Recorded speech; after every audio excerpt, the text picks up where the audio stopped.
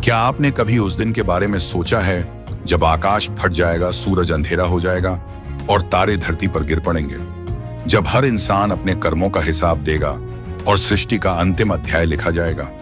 एक ऐसी किताब जो हजारों साल पहले लिखी गई, जिसमें भविष्य की हर घटना पहले ही बता दी गई है।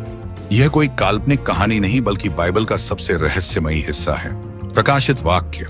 आज हम आपको ले चलेंगे एक ऐसी यात्रा पर जो आपके मन को झकझोर देगी, आपके रोंगटे खड़े कर देगी और आपके दिल को छू लेगी। क्या आप तैयार हैं इस अनंत रहस्य को जानने के लिए? तो आइए प्रकाशित वाक्य के पन्नों को खोलते हैं और इसकी गहराई में उतरते हैं। प्रकाशित वाक्य, जिसे अंग्रेजी में बुक ऑफ रिवेलेशन कहा जाता है, बाइबल का अंतिम और सबसे गहन अध्याय है। इसे प्रेरित यूहन्ना ने लिखा, जिन्हें यीशु मसीह के सबसे करीबी शिष्यों में से एक माना जाता है। लेकिन यह कोई साधारण किताब नहीं है। यह एक दर्शन है, एक खुलासा जो परमेश्वर ने यूहन्ना को दिया ताकि वह मानव जाति को अंत के समय के बारे में चेतावनी दे सके। इस किताब में भविष्यवाणियां हैं, प्रतीक हैं और एक ऐसी कहानी है जो संसार के अंत और परमेश्वर के अनंत राज्य की स्थापना को दर्शाती है। प्रकाशित वाक्य हमें बताती है कि परमेश्वर का न्याय कैसे आएगा, शैतान की शक्ति कैसे नष्ट होगी और अंत में परमेश्वर का प्रेम और उसकी विजय कैसे प्रकट होगी। यह किताब न केवल भविष्य की भविष्यवाणी करती है, बल्कि हमें यह भी सिखाती है कि हमें अपने जीवन को कैसे जीना चाहिए। आज के इस वीडियो में हम प्रकाशित वाक्य के हर प्रमुख हिस्से को विस्तार से समझाएंगे। हम 7 मोहरों, 7 तुरहियों और 7 कटोरों की बात करेंगे। हम देखेंगे कि कैसे शैतान और उसकी सेनाएं परमेश्वर के सामने परास्त होंगी। हम नया यरूशलेम और परमेश्वर के अनंत राज्य की महिमा को भी जानेंगे। यह वीडियो आपके लिए एक आध्यात्मिक यात्रा होगी जो आपको न केवल शिक्षित करेगी, बल्कि आपको प्रेरित भी करेगी। चाहे आप बाइबल के विद्वान हों या पहली बार इसे सुन रहे हों, हम इसे सरल और रोचक तरीके से पेश करेंगे।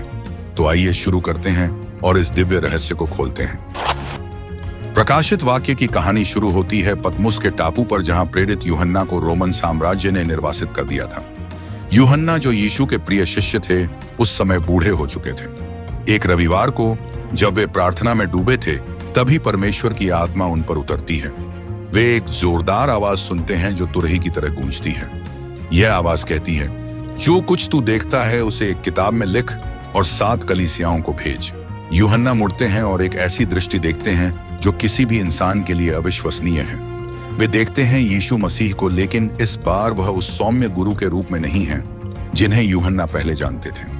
उनकी आंखें आग की ज्वाला जैसी हैं, उनका चेहरा सूरज की तरह चमकता है और उनके मुंह से एक दोधारी तलवार निकलती है।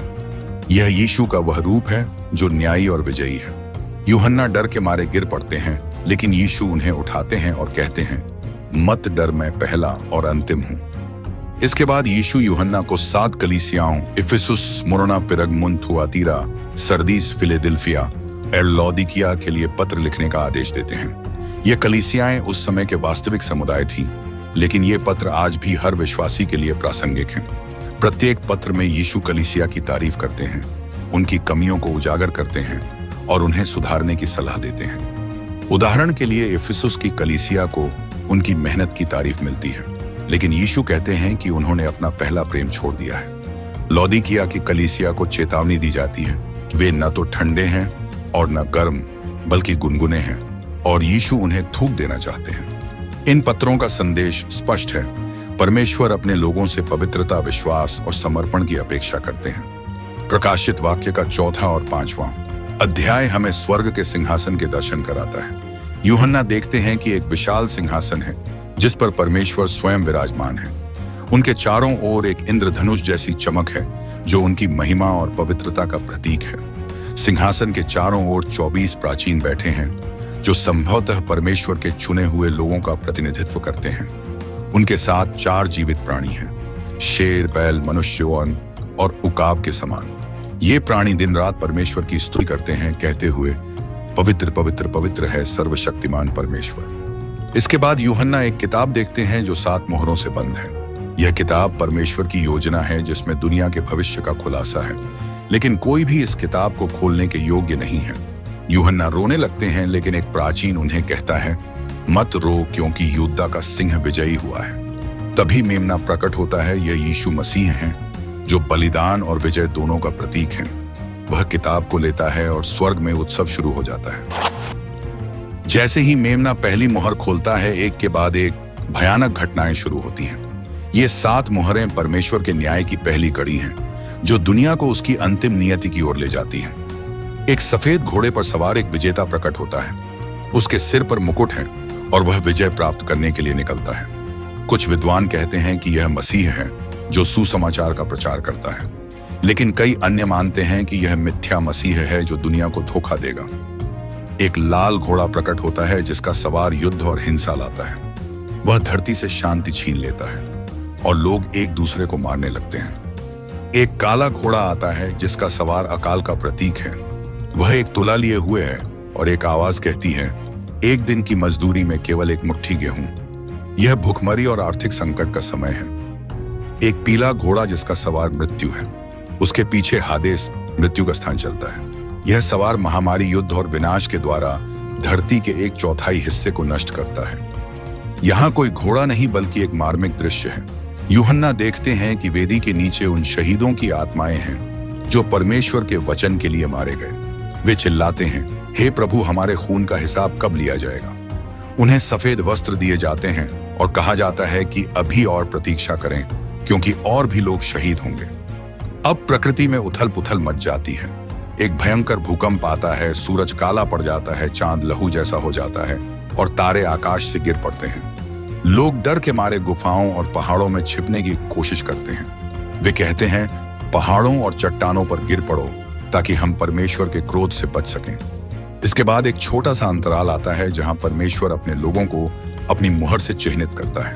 1,44,000 लोग जो इसराइल के 12 गोत्रों से हैं, परमेश्वर की मुहर पाते हैं। साथ ही एक अनगिनत भीड़ जो हर देश और जाति से है, स्वर्ग में मेमने की स्तुति करती है। जब यह मुहर खुलती है तो स्वर्ग में आधे घंटे के लिए सन्नाटा छा जाता है। यह सन्नाटा तूफान से पहले की शांति है। अब 7 तुरहियां बजने वाली हैं। 7 तुरहियां परमेश्वर के क्रोध की अगली कड़ी है।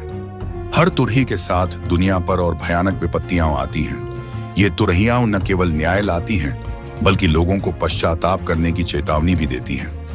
आकाश से खून और आग मिश्रित ओले बरसते हैं, जिससे धरती का 1/3 हिस्सा जल जाता है।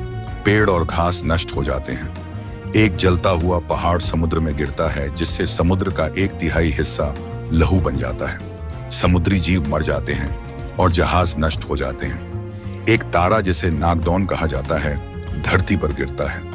यह नदियों और पानी के स्रोतों को कड़वा कर देता है, जिससे कई लोग मर जाते हैं। सूरज, चांद और तारों का 1/3 हिस्सा अंधेरा हो जाता है। दिन और रात का 1/3 हिस्सा बिना रोशनी के बीतता है। इसके बाद एक उकाब उड़ता हुआ चिल्लाता है, हाय हाय हाय, क्योंकि अगली 3 तुरहियां और भी भयंकर होंगी। एक तारा स्वर्ग से गिरता है और उसे अथाह गड्ढे की कुंजी दी जाती है। जब गड्ढा खुलता है तो उसमें से धुआं निकलता है और टिड्डियां निकलती हैं। ये टिड्डियां साधारण नहीं हैं, इनके डंक बिच्छुओं जैसे हैं। वे उन लोगों को 5 महीने तक कष्ट देते हैं जो परमेश्वर की मुहर नहीं रखते। लोग मरना चाहते हैं लेकिन मृत्यु उनसे भागती है। फरात नदी के पास बंधे 4 स्वर्गदूत छोड़ दिए जाते हैं। वे एक विशाल सेना को लाते हैं जो धरती के 1/3 लोगों को नष्ट कर देती है। यह सेना आग, धुआं और गंधक से मारती है।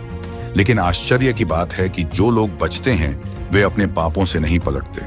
वे मूर्ति पूजा, हत्या और दुष्टता में डूबे रहते हैं। इसके बाद एक छोटा सा अंतराल आता है जहां यूहन्ना को एक छोटी सी किताब दी जाती है जिसे खाने का आदेश दिया जाता है। यह किताब उनके मुंह में मीठी लेकिन पेट में कड़वी होती है।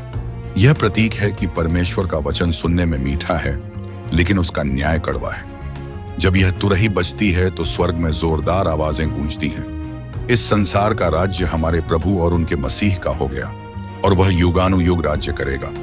यह तुरही परमेश्वर की अंतिम विजय की घोषणा करती है, लेकिन अभी कहानी खत्म नहीं हुई। प्रकाशित वाक्य का मध्य भाग हमें शैतान की शक्ति और उसके विरोध से रूबरू कराता है।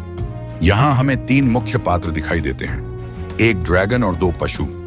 एक विशाल लाल ड्रैगन जिसके 7 सिर और 10 सींग हैं, स्वर्ग में प्रकट होता है। ये ड्रैगन शैतान का प्रतीक है। वह एक स्त्री को सताता है जो सूरज से ढकी है और चांद पर खड़ी है। यह स्त्री इसराइल या परमेश्वर के लोगों का प्रतीक हो सकती है। ड्रैगन उस बच्चे को नष्ट करना चाहता है जो स्त्री से जन्म लेता है। यह बच्चा मसीह का प्रतीक है, लेकिन बच्चा स्वर्ग में ले जाया जाता है। इसके बाद स्वर्ग में युद्ध छिड़ता है। माइकल और उसके स्वर्गदूत ड्रैगन से लड़ते हैं। ड्रैगन हार जाता है और धरती पर फेंक दिया जाता है। वह क्रोधित होकर परमेश्वर के लोगों को सताने लगता है। समुद्र से एक पशु निकलता है जिसके 7 सिर और 10 सींग हैं। यह पशु मिथ्या मसीह एंटी क्राइस्ट का प्रतीक है। ड्रैगन उसे अपनी शक्ति और अधिकार देता है। वह दुनिया को धोखा देता है और लोग उसकी पूजा करने लगते हैं। वह परमेश्वर के लोगों को सताता है और 42 महीनों तक शासन करता है। धरती से दूसरा पशु निकलता है जो मिथ्या भविष्यद्वक्ता है।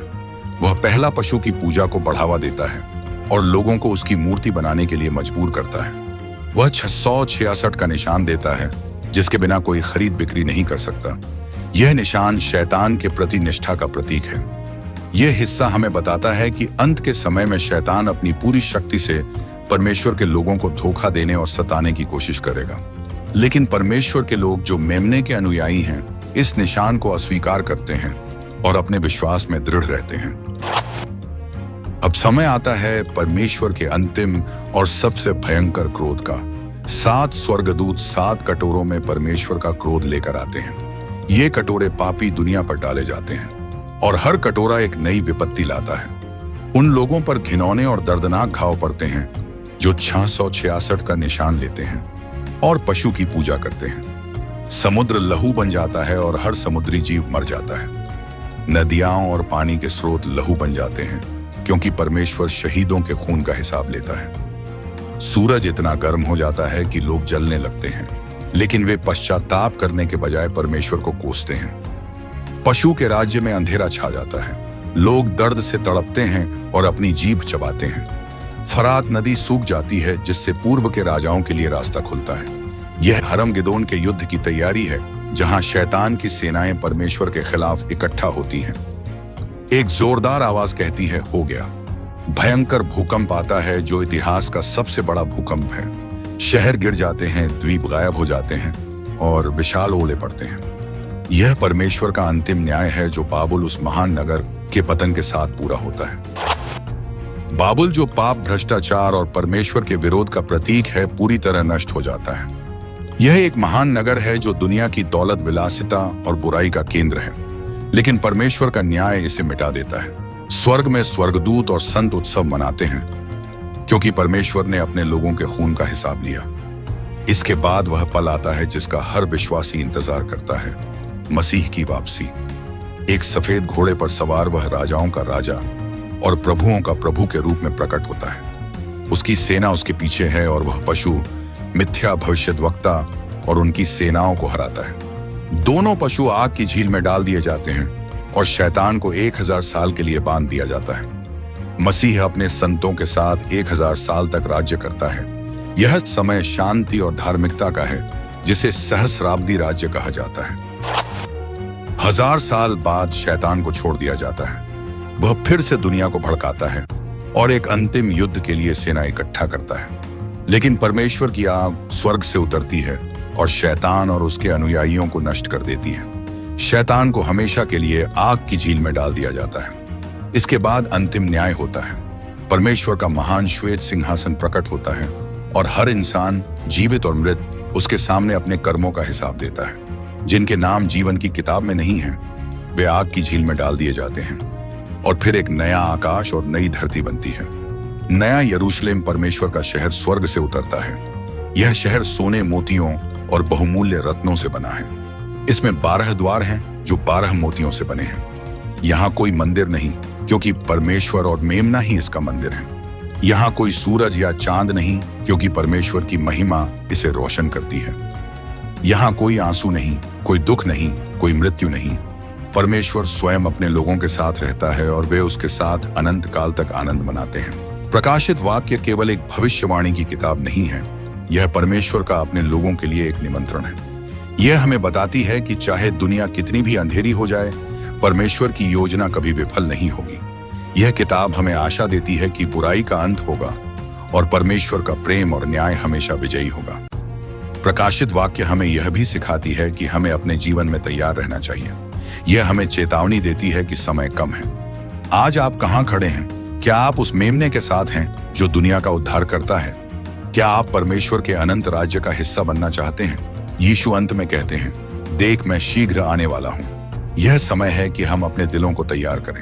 परमेश्वर आपसे प्रेम करता है और वह आपको अपने पास बुला रहा है। आज ही उसकी ओर मुड़ें, क्योंकि उसका राज्य आपके लिए तैयार है। अगर आपको यह वीडियो पसंद आया तो इसे लाइक करें, अपने दोस्तों और परिवार के साथ शेयर करें और हमारे चैनल को सब्सक्राइब करें। हम अगले वीडियो में फिर मिलेंगे। तब तक परमेश्वर आपको आशीर्वाद दे और आपके जीवन को अपनी महिमा से रोशन करे। आमीन।